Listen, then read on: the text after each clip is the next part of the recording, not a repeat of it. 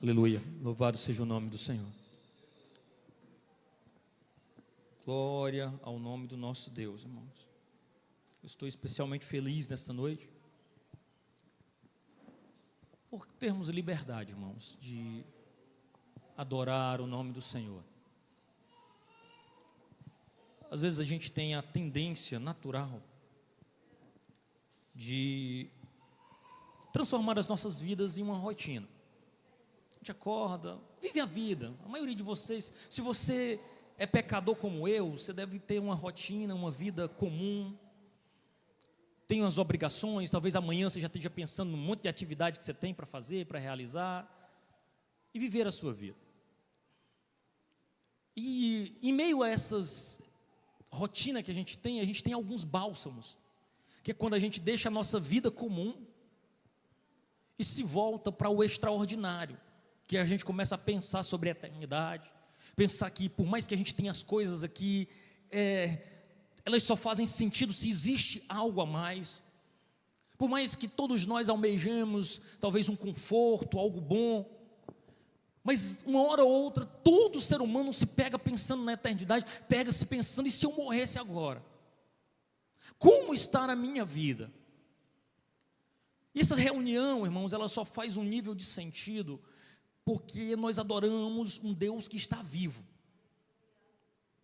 Porque Jesus ressuscitou, Ele está no trono, e tem promessa para nos buscar, porque por mais que as dores, que as ilusões do tempo presente sejam às vezes algo que tira o nosso foco, que tira a nossa visão das promessas, ainda assim, o alvo principal da vida de todo cristão é a declaração de Jesus em João 14, que eu acho algo lindo, quando os discípulos estão aflitos, e ele diz: não se turbe o vosso coração, credes em Deus, credes também em mim, na casa do meu Pai há muitas moradas, se não fosse assim, eu vos teria dito, eu vou preparar lugar, e quando eu for, eu virei outra vez, e os levarei para mim mesmo, para onde eu esteja, estejais vós também.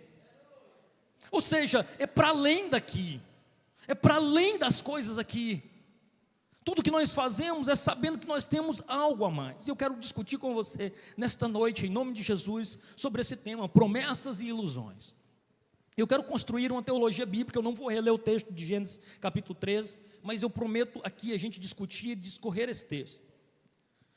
Porque, irmãos, existe algo que vem da Bíblia, vem da estrutura filosófica, se você preferir, vem de algo do próprio Deus, que é como duas estruturas irreconciliáveis. Alguns escritores bíblicos e até mesmo alguns escritores cristãos, eles gostam de dividir a humanidade em dois grupos. Por exemplo, eu poderia citar aqui o Santo Agostinho, que era um bispo do quarto século. Ele fala num livro, A Cidade de Deus, sobre duas cidades, a cidade dos homens e a cidade de Deus. Ele fala que são duas cidades que se conectam, ou seja, dois grupos de pessoas que pensam sobre coisas eternas e pessoas que pensam sobre coisas daqui mesmo. Então ele divide, aí se você for pensar, por exemplo, em Calvino, ele diz que existem dois tipos de pessoas: as pessoas que estão com suas vidas centradas naquilo que é eterno e aqueles que estão com sua vida centrada naquilo que é passageiro. Se você for pegar talvez escritores mais recentes como C.S. Lewis, ele fala sobre dois tipos de amores: amor a Deus e amor ao mundo. Dentro desse texto, nós também temos a visão de duas pessoas, ilustrada na vida de Abraão e de Ló. E o texto bíblico que eu quero discutir com você nessa noite, ele nos apresenta também dois tipos de condução da vida, que é uma vida amando a Deus, ou uma vida amando os ídolos, aquilo que nós projetamos para nós mesmos. Nós temos duas maneiras de conduzir a nossa vida, que é crendo nas promessas de Deus, ou crendo em nós mesmos, naquilo que nós podemos construir com as nossas mãos. É disso que Moisés, ao escrever Deuteronômio, ele fala em Deuteronômio 30, ele chama o povo e diz assim: olha, hoje eu tomo os céus e a terra como testemunha contra vós, que lhes apresento a vida e a morte, a bênção e a maldição. E aí ele dá um conselho: escolhe, pois, a vida. Dois caminhos, duas formas de conduzir a vida. E aqui nós temos representado em Ló e Abraão dois modos de conduzir a vida, e eu quero passar isso para você nessa noite, porque nós vamos caminhar sobre essa dualidade aí de promessas e ilusões. Na mensagem anterior que eu preguei, e eu relembro o texto, preguei sobre o capítulo 12 de Gênesis, nós abordamos Abraão descendo ao Egito, contrariando a promessa de Deus, que lhe faria próspero. A terra onde ele estava passa por uma seca, ele corre para o Egito. Quando ele chega no Egito, ele diz: Sara, tu não vai dizer que tu é minha mulher, tu é minha irmã. Aí Faraó se interessa por ela e presenteia Abraão às custas da sua esposa. Então ele vive ali uma prosperidade às custas da sua esposa. O texto bíblico menciona que Abraão desceu ao Egito. E Moisés, ele é muito habilidoso quando ele escreve esse texto, porque toda vez que ele diz desceu ou subiu, ele não está falando só sobre geografia, ele está falando também sobre condição espiritual. Quando ele disse Abraão desceu ao Egito, ele estava declarando, dizendo assim: a condição espiritual de Abraão era de declínio, era de oposição a Deus.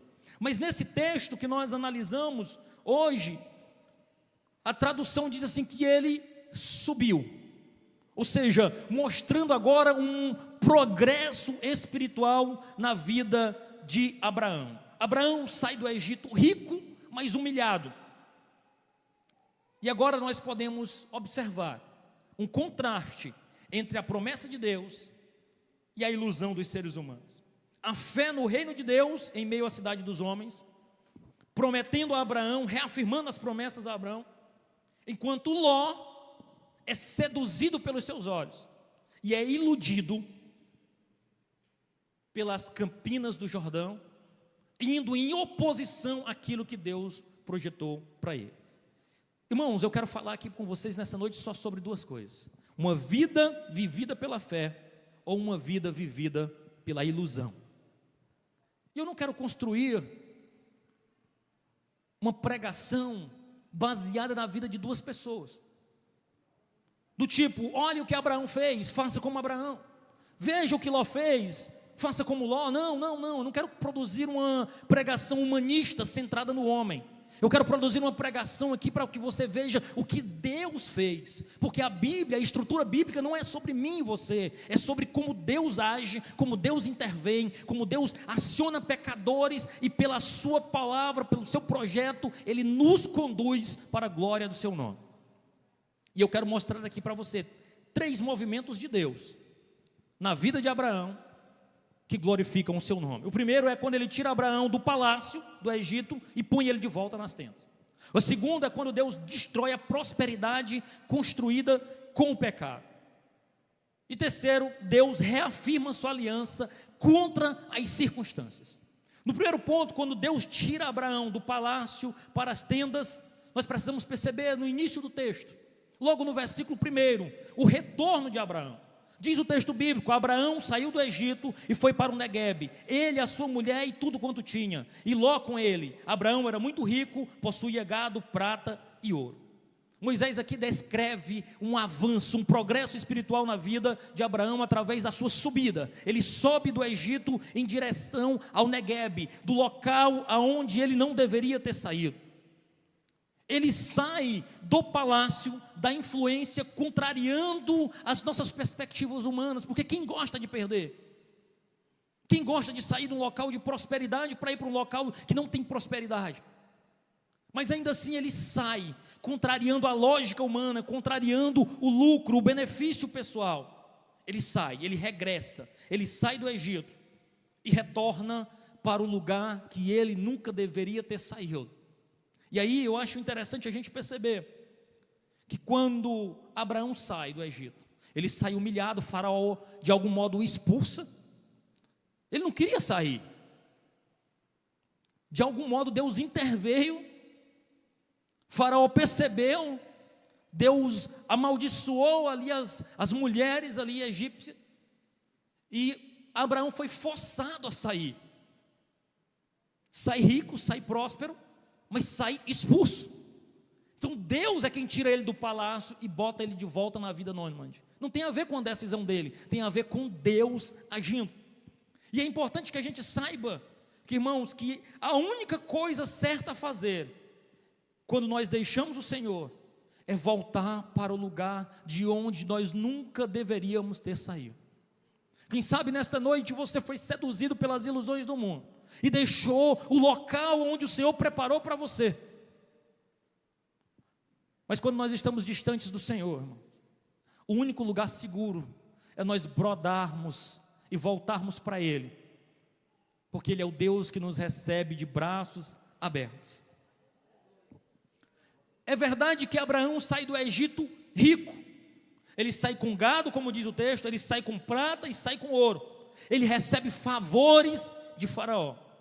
Só que perceba que essa bênção aparente resulta em problemas lá na frente. A primeira coisa, ele tem problema com o seu sobrinho. A prosperidade era tanta que ele começa a brigar com seus sobrinhos, os pastores do seu sobrinho Ló, e os pastores deles começam a brigar, e já não há espaço para eles dois naquele ambiente. Esse é o primeiro problema que ele enfrenta, é um problema imediato.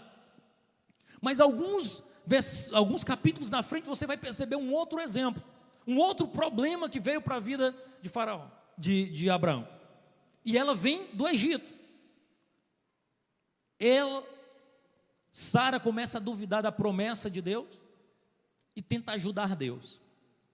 Você sabe quem é que ela chama para ajudar, para que ele se deixe? Uma serva. Essa serva era de onde? Serva egípcia. É lá do Egito que Abraão traz essa serva chamada Agar, e mais na frente ela se deita com Abraão com permissão de Sara, tem um filho chamado Ismael, que traz grandes dores de cabeça para Abraão no futuro. Então aquilo que parecia prosperidade, mas na frente ela representa tristeza, ela traz tribulação para a vida de Abraão. E o que isso significa para nós? Irmão, você está falando de um texto de 4.000 anos. O que isso representa para mim, que estou aqui vivendo em 2021? Isso significa, irmãos, que nós não podemos avaliar nossa vida por critérios humanos. Aquilo que é prosperidade à luz do que o mundo prega, não é a prosperidade que Deus prega. Nós temos a mania, às vezes, de nos compararmos. Dizer, fulano tem, eu também tenho que ter. Mas prosperidade, riqueza, elas são relativas. Elas são relativas a quê, irmão? Só é prosperidade, só é riqueza, se for na presença de Deus. É disso que Paulo fala aos Filipenses no capítulo 4. Paulo declara lá e diz assim: olha, eu sei o que é ter abundância e sei o que é padecer necessidade. Eu sou contente. Paulo fala sobre contentamento. E contentamento, irmãos, é uma vida marcada pela fé. E quando nós caminhamos contentes com Deus, independente das circunstâncias que estão nos cercando, se de bonâncias, se de facilidade ou de angústia, nós estamos caminhando pela fé, crendo na intervenção de Deus, numa vida dependente de Deus. Os versos que se seguem, verso 3 em diante, diz o seguinte: fez as suas jornadas do Neguebe até Betel, do lugar onde ele primeiro tinha armado a sua tenda, entre Betel e Ai, até o lugar do altar que anteriormente tinha feito, e ali Abraão invocou o nome do Senhor. Sabe o que acontece com Abraão aqui? Deus os tira do palácio e leva para as tendas, e Abraão agora volta ao altar. Não há nenhum relato bíblico de que Abraão tenha prestado um culto a Deus enquanto ele estava no Egito. Mas quando ele voltou, ele se encontra com o altar, ele regressa ao altar, e ali ele não só encontra o local do recomeço, ele encontra o Senhor do recomeço. Abraão não somente encontra o local que ele tinha feito um altar, ele encontra ali também o Senhor do altar, o Senhor que é digno de adoração. Abraão então adora ao Senhor ali, acerta a sua vida com Deus. Isso é importante, irmãos, porque há esperança para aquele que cai, há perdão para aquele que peca, e há restauração para aquele que se arrepende. Abraão saiu contrariando a vontade de Deus, mas volta, arrepende-se, acerta a sua vida com Deus, encontra de novo o altar de adoração ao nome do Senhor. Ele regressa ao altar. Irmãos, às vezes Deus faz assim com a gente. Ele quebra as nossas seguranças. Sabe para quê? Para que nós nos encontremos com Ele. Nós, às vezes, irmãos, estamos tão seguros naquilo que possuímos, que temos, na nossa influência, no nosso nome, que não há espaço para o Senhor. Mas não há melhor lugar para se encontrar com o Senhor senão quando Deus nos quebra, quando Deus nos aperta, nós nos encontramos de volta ao altar. Quem sabe nesta noite Deus esteja trabalhando no teu coração, porque você andou, virou, mexeu e se afastou do altar, da presença de Deus. Mas esta noite é noite de recomeço.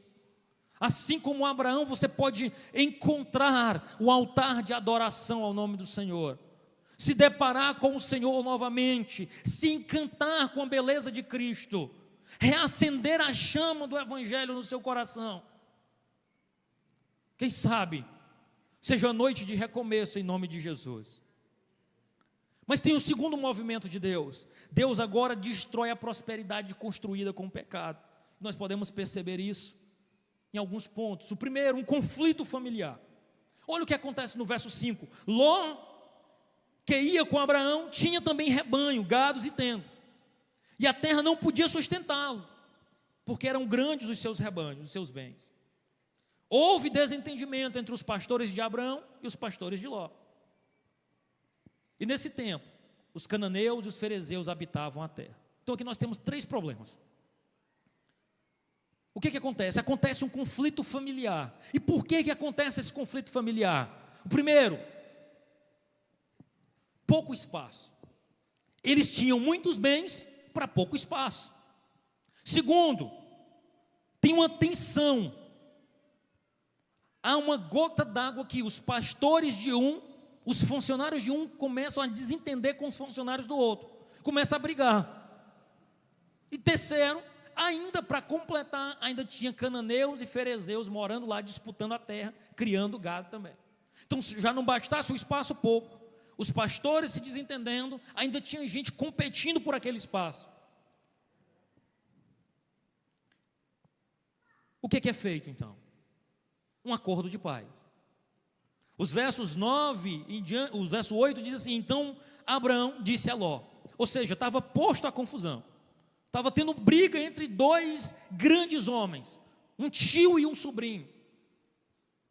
Agora Abraão toma a dianteira, mas você não pode perder esse fio aqui, porque antes de Abraão aqui ainda representado como Abraão, tomar a dianteira de pacificar esse conflito, ele precisou primeiro voltar ao altar. Porque só quem volta ao altar tem interesse de resolver problemas. Só quem visita o altar do Senhor toma a dianteira na solução do problema. E veja o que é que Abraão faz. Não deve haver conflito entre mim e você, e entre os meus pastores e os seus pastores, porque nós somos parentes chegados. Ah, irmão, só faz isso aqui quem é crente, quem voltou ao altar, quem se acertou com Deus. Sabe por quê? Porque essa decisão de Abraão aqui custou algo, ele teve prejuízo, e é disso que eu quero que você entenda nesta noite, em nome de Jesus. Aí ele diz: não está toda a terra diante de você? peço que você se afaste de mim. Se você for para a esquerda, eu irei para a direita. Se você for para a direita, eu irei para a esquerda. Veja bem, irmão, aqui Abraão toma a dianteira. Essa sabedoria aqui de Abraão, ela é fruto da fé, é fruto de um encontro com Deus. Aonde que ele deixaria escolher primeiro? Se não fosse alguém transformado por Deus. Quando ele deixa Ló escolher primeiro, ele se arrisca. Ele disse, eu posso ficar com a terra ruim, ele pode escolher o melhor. Mas ele diz assim, olha, eu voltei ao altar, eu já não sou mesmo a mesma pessoa que partiu para o Egito em busca de bens, eu sou alguém que Deus sustentou, eu me encontrei com meu Deus de novo, embora eu tenha prejuízos pessoais, eu vou pacificar a situação, porque eu não confio nos meus bens, eu confio naquele que me deu os bens. É essa perspectiva que está na mente de Abraão. Aqui nós temos a fé de Abraão, levando ele a renunciar tudo e optar pelaquilo que não se vê. Tem um mistério aqui, não perca isso. A condição espiritual de Ló não é mencionada, mas nós podemos ter uma impressão sobre ele, pelo que ele escolhe. As nossas escolhas, irmãos, dizem sobre a nossa condição espiritual. O que você tem escolhido para pôr na sua mesa, para pôr diante dos seus olhos, reflete a sua condição espiritual, sim. Aqui, Ló escolhe as bandas de Sodoma. Sodoma já tinha uma fama, a fama de pessoas que contrariam a Deus, viradas para Deus, pecaminosas contra Deus, e ainda assim, visando o benefício, ele escolhe. E aí eu tenho uma consideração para fazer, dizendo que toda vez que agimos sobre a ótica da esperteza, da astúcia, nós abandonamos a fé. Abraão não foi articuloso, ele não foi esperto, ele não foi ali engenhoso para que as coisas saíssem como ele desejava. Ele disse, olha, eu confio em Deus. Escolhe, o que você escolher está bom para mim. Se você escolher um lado, eu vou para o outro, mas eu sei que eu não dependo das circunstâncias, eu dependo de Deus. É Deus quem cuida dos meus negócios, é Deus que sustenta a minha família, é Deus que sustenta a minha vida. Era assumindo esse ponto que Abraão percebeu que a fé, que a paz é mais importante do que o lucro.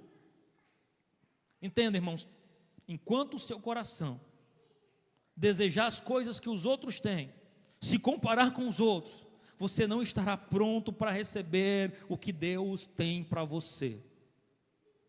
Eu quero dizer que você é exclusivo. O que Deus tem para você é para você e pronto. Mas enquanto você estiver desejando menos daquilo que Deus tem para você, desejando o cargo do outro, a posição do outro, o que o outro tem, você nunca estará pronto para receber o que Deus tem exclusivamente para você. Tanto nas bênçãos materiais como nas bênçãos espirituais. Abraão também percebeu que a generosidade é mais importante do que o direito pessoal. Ele abriu mão, irmãos, mesmo tendo direito, mesmo sendo líder naquela condição, mesmo sendo tio, ele poderia dizer, olha, eu vou para cá e tu vai para lá e te manda. Eu tenho direito, eu sou o mais velho, eu sou o líder aqui, rapaz. Ele abdica, em amor, para manter a paz. Ele prefere sofrer o dano. Ele percebe ainda que a separação harmoniosa é melhor do que o conflito, que é o convívio conflituoso. Veja o que ele disse, se tu fores para a esquerda, eu vou para a direita. Ele sabia que não tinha condições de habitarem juntos. E aí ele faz essa escolha.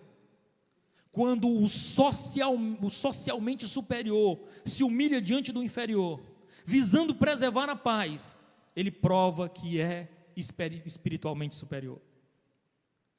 A separação harmoniosa é melhor do que o convívio conflituoso.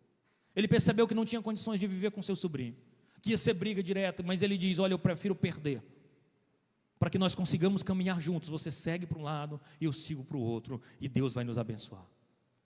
Agora Ló faz uma escolha perigosa, irmãos. Que escolha é essa? Olhe aqui para você não perder o fio da meada. Ló ergue os olhos, viu toda a campina do Jordão, que era bem regada como o jardim do Senhor. Anote isso, jardim do Senhor. Como a terra do Egito. Olha, da onde era que ele tinha saído? Do Egito. Então ele compara o jardim do Senhor e a terra do Egito. Isso foi antes de haver o Senhor destruído Sodoma e Gomorra. Então Ló escolheu para si a campina do Jordão, para o oriente. E assim separaram-se um do outro. Abraão habitou na terra de Canaã, e Ló foi morar nas cidades da campina, armando suas tendas para até Sodoma. E aí diz o texto que os moradores de Sodoma eram maus e grandes pecadores como o Senhor. Abraão deixa Ló escolher às custas de prejuízos pessoais. Aqui nós temos a ilusão de Ló. Ló segue iludido e escolhe algo que parecia com o Egito, da onde ele tinha saído. Ele faz a sua escolha, irmãos, baseado naquilo que os seus olhos veem. Ló aqui é afetado por uma síndrome do paraíso perdido. Ele olha e diz: olha, parece o jardim do Senhor. E uma clara alusão ao Éden. Aquele sentimento da teologia do exílio. Ele escolhe aquilo que lhe parece bom aos seus olhos. Ele escolhe pelo que vê. Ele escolhe pela aparência. Ele faz uma escolha perigosa. Por quê? Ele segue a cobiça dos seus olhos. Ele escolhe insensatamente, buscando vantagens pessoais. Quando ele faz essa escolha, ele vai para o Oriente, como diz o texto bíblico. E nesse momento, irmãos, ele dá as costas para Betel. Isso é simbólico, isso é interessante, porque de algum modo ele estava dando as costas para a casa de Deus, escolhendo pelos seus próprios olhos aquilo que lhe parecia bom. A tenda de Abraão ficou junto ao altar de Betel, mas a tenda de Ló foi para a região da perversa Sodoma. João Calvino, reformador, ele diz o seguinte, comentando esse texto: aprendemos por este exemplo a não confiar nos nossos olhos, mas devemos ser vigilantes para não sermos iludidos por eles, pois sem perceber podemos ser cercados por muitos males, assim como Ló, que quando pensou que estava habitando no paraíso, no jardim do Senhor, ele quase habitou nas profundezas do inferno. E o que isso significa para nós?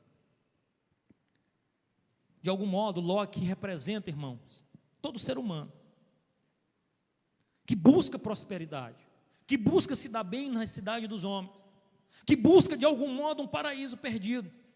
Isso é parte, irmãos, da ilusão e do desespero humano, buscando satisfação e descanso para o seu coração, longe das promessas de Deus. Mas eu quero te dizer nesta noite, eu quero relembrar as promessas de Deus para a tua vida. Há promessas, e aquilo que Deus prometeu, Ele vai fazer. Você não precisa ajudar o Senhor, não. Ele tem o seu tempo para tudo. O que Ele te prometeu vai acontecer no tempo dEle. Você não precisa buscar a prosperidade longe da promessa de Deus. Você não precisa buscar ajudar a Deus, porque quando nós partimos e desejamos aquilo que os nossos olhos tocam, nós deixamos a fé, nós abandonamos a fé. É interessante, sabe por quê? Porque na Bíblia, a fé não é oposta à razão. Fé e razão conseguem caminhar juntos dentro da Escritura, mas o que é oposto a fé é a visão, é aquilo que os olhos veem. É disso que Paulo fala: vivam por fé e não por vistas. É disso que Hebreus falam, que nós, ora, a fé é o firme fundamento das coisas que se esperam e convicção daquilo que não se vê. Nós cremos naquilo que não vemos, nós cremos naquilo que os nossos olhos não contemplam, nós cremos porque cremos na fé daquele que nos prometeu. A nossa fé não é pautada no que os nossos olhos contemplam, mas a nossa fé está no caráter do prometedor. Louvado seja o nome do Senhor. E o que isso significa ainda? Nós devemos, irmãos, colocar o nosso coração, posicionar o nosso coração em Deus, no contentamento dEle, nas promessas que Ele tem para nós. E já finalizando o último ponto, Deus reafirma sua aliança contra as circunstâncias. Note que Ló escolhe Abraão tem prejuízo porque ele escolhe o melhor da terra, ele escolhe as campinas, ele escolhe o melhor pasto, ele escolhe a melhor provisão para o seu rebanho. Alguém que olhasse ali e disse: eita, Abraão agora se acabou. Ele deixou o sobrinho escolher, perdeu tudo. Se fosse nos dias de hoje, qualquer um que contemplasse assim, agora ele quebrou. Mas tem que ler o texto, porque quando Ló sai, o Senhor visita. E o Senhor visita dizendo assim, versos 14 em diante: o Senhor disse a Abraão, depois que Ló se separou dele. Olha o que é que Deus diz para Abraão: erga os olhos e olhe você para o norte, para o sul, para o leste e para o oeste, porque toda essa terra que você está vendo, eu darei a você e a sua descendência para sempre. Farei a sua descendência como o pó da terra, de maneira que se alguém puder contar o pó da terra, então será possível também contar os seus descendentes. Levante-se, percorra essa terra no seu comprimento, na sua largura, porque eu darei a você. E Abraão, mudando a sua tenda, foi morar nos carvalhais de Manre, que estão junto a Hebrom, e ali edificou um altar ao Senhor. Veja o contraste. Ló ergue os olhos e vê aquilo que é desejável, ele escolhe aquilo que os seus olhos desejam. Deus manda Abraão erguer os olhos e ver o que Ló não viu, e isso foi o que Deus deu a ele. Aquilo que os olhos de Ló, que a sua cobiça, a sua ganância não puderam contemplar, Deus deu a Abraão. De algum modo Deus estava dizendo assim: está vendo essa terra? Ela é menos desejável, mas é nela que habita a minha promessa para a tua vida. De algum modo Deus estava chamando a Abraão e dizendo assim: está vendo? Ninguém escolheria. Ele escolheu pelo que ele viu, pelo que a terra podia oferecer. Mas sabe o que é que ele não tinha? A mim, o abençoador. E isso foi suficiente para o coração de Abraão. A confiança de Abraão não estava na geografia da terra, mas em Deus. E aqui nós percebemos uma ordem divina. Levante os olhos. Ló vê o que o mundo tinha para oferecer. Deus convidou Abraão a ver o que os céus tinham para oferecer. Deus dá uma dádiva sublime. Abraão ganha o que não cobiçou, e Ló perde o que desejou. Poucos capítulos à frente, nós vamos ver a situação em que Ló estava. E caso você conheça o texto, você vai saber que Ló saiu da cidade escorraçado, deixando mulher, e toda a tragédia que se segue na vida de Ló, porque Ló escolheu Sodoma. Ló escolheu aquilo que os seus olhos puderam contemplar. Deus promete uma descendência numerosa, e veja que as condições não eram favoráveis. Deus promete para Abraão, sendo que ele tem uma mulher estéril, e sendo que ele já carrega nas costas uma promessa de ser bênção para outras famílias. Deus ainda amplia e renova a promessa, porque quando nós confiamos em Deus, Deus não só mantém a sua promessa, mas Ele amplia as promessas daqueles que confiam nele. Ele diz: a mulher estéril, já tem promessa de ser bênção para as famílias, pois ainda eu vou fazer a tua descendência numerosa, como a areia do mar, como as estrelas do céu. Ah, meu Deus, é um passo pela fé. É interessante, irmãos, que Deus dá, mas Deus desafia. Deus olha para Abraão e diz assim: agora percorre. Deus está aqui de algum modo retomando aquele direito da antiguidade, que é onde você colocar a planta dos seus pés será seu. De algum modo Deus diz assim: agora percorre a terra, porque eu já te dei ela. Aquilo que você percorrer será seu. É um sinal de que você está recebendo aquilo que eu te dei. E a resposta de Abraão não podia ser diferente. Ele constrói um altar ao Senhor. Ele escolhe morar junto ao altar do Senhor. Abraão não construiu um monumento para o seu nome, mas ele construiu um altar para glorificar o nome de Deus. Eu quero fazer algumas aplicações práticas nesta noite. Nós vimos o quanto que Abraão foi dependente de Deus aqui.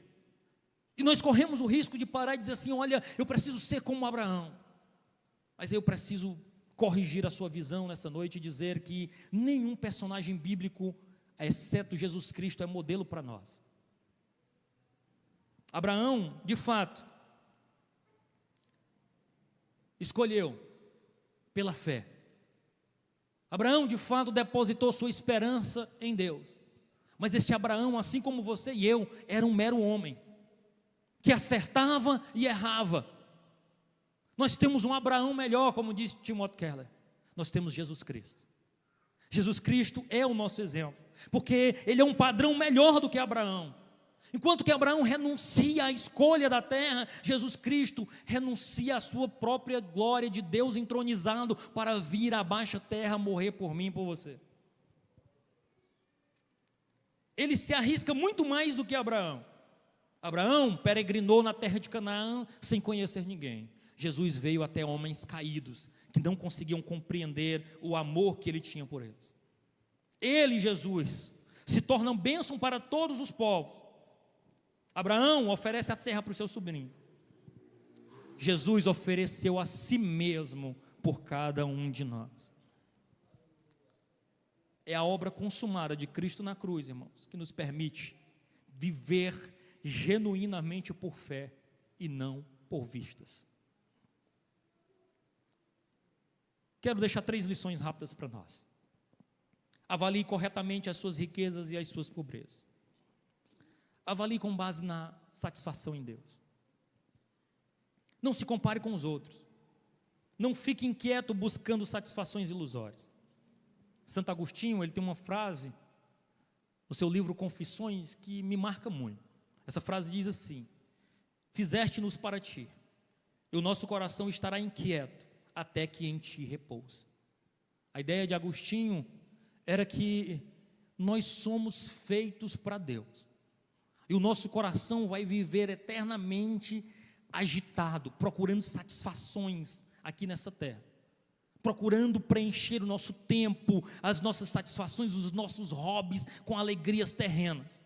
Nós só teremos o nosso coração completamente quieto quando repousarmos o nosso coração no Senhor. É do hino que é o que a letra do hino da Heloísa Rosa fala. Há um lugar onde aplausos, riquezas, desavenças, não há um lugar, e esse lugar é no Senhor. Quando o nosso coração está no Senhor, nem os aplausos e nem as críticas nos abalam, porque nós estamos dependentes completamente do Senhor. 2, não deixe se enganar pelos seus olhos. Os nossos olhos se iludem com muita facilidade, e muitas vezes, irmãos, nós somos desviados da vontade do Senhor. É como diz o escritor aos Hebreus no capítulo 12, versículo 2, ele diz assim: olhando firmemente para o autor e consumador da nossa fé, Jesus, o qual em troca da alegria que lhe estava proposta, suportou a cruz, sem se importar com a vergonha, e agora está assentado à direita de Deus, à direita do trono de Deus. Portanto, pense naquele que suportou tamanha oposição dos pecadores contra si, para que vocês não se cansem nem desanimem. Se nós olharmos para o pastor, se nós olharmos para o ministério, se nós olharmos para o nosso irmão do lado, se nós olharmos para as dificuldades, se nós olharmos só para as alegrias, nós nos cansaremos, nós desanimaremos, nós nos fatigaremos. Mas se nós mantivermos os nossos olhos olhando para o Senhor, o autor e consumador da nossa fé, nós não cansaremos. E se cansarmos, ainda assim Ele nos erguerá com sua mão e nos levará poderosamente para a glória do seu Rei. Irmãos, por último, deixe a obra de Cristo se tornar um exemplo para você. A metodologia de Deus não vale só para Abraão. A lógica da prosperidade invertida. O nosso rei, em vez de ser honrado aqui, ele foi humilhado. O nosso rei, em vez de receber um trono aqui, ele recebeu cruz. Recebeu uma coroa de espinhos. Com isso eu quero lhe dizer que as nossas alegrias não são aqui, irmãos. Por que você acha que pode esperar algo melhor desta terra, se o nosso rei teve o pior dela? Eu quero lhe incentivar nesta noite a conduzir sua vida olhando para Jesus, sabendo que as promessas dele são poderosas para a sua vida. Eu encerro com uma analogia muito rápida.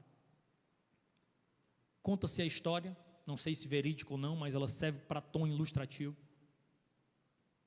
que um rapaz, um corredor muito animado, muito necessitado também, a sua família passava por grandes necessidades, conseguiu se inscrever numa competição de corrida.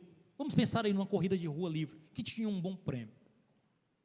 E aquele jovem franzino começa a sua corrida, desacreditado, ninguém levando muito a sério, mas de repente ele se destaca e está ali na frente da competição, já ali, e de repente ele já se torna o favorito ali daquela competição, todo mundo diz, ele vai ganhar, ele vai ganhar, ele vai ganhar.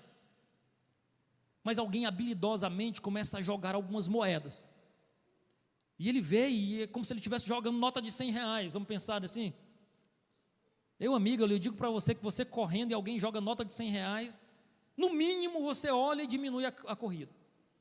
Mas aquele jovem começa agora a deixar a sua posição de destaque e começa a pensar nas contas, começa a pensar nas obrigações daqui. Ele diz, olha, essas aqui eu já vi aí pelo menos 10, já me ajuda.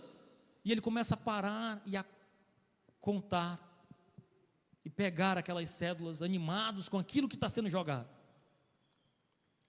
E por algum momento de ilusão, aquele dinheiro tira os seus olhos do prêmio principal. Até que alguém brada, ei, o prêmio.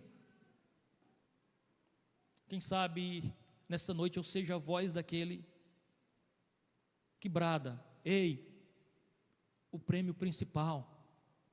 Ei, o prêmio principal. Ei, as promessas para a tua vida ainda estão de pé.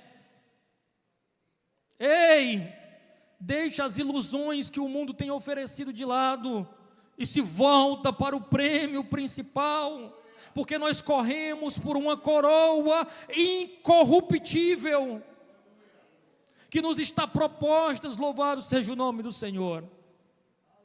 Eu espero que a sua consciência seja ativada nesta noite, que você abandone as ilusões e se abrace novamente com as promessas de Deus para a tua vida, porque elas estão de pé.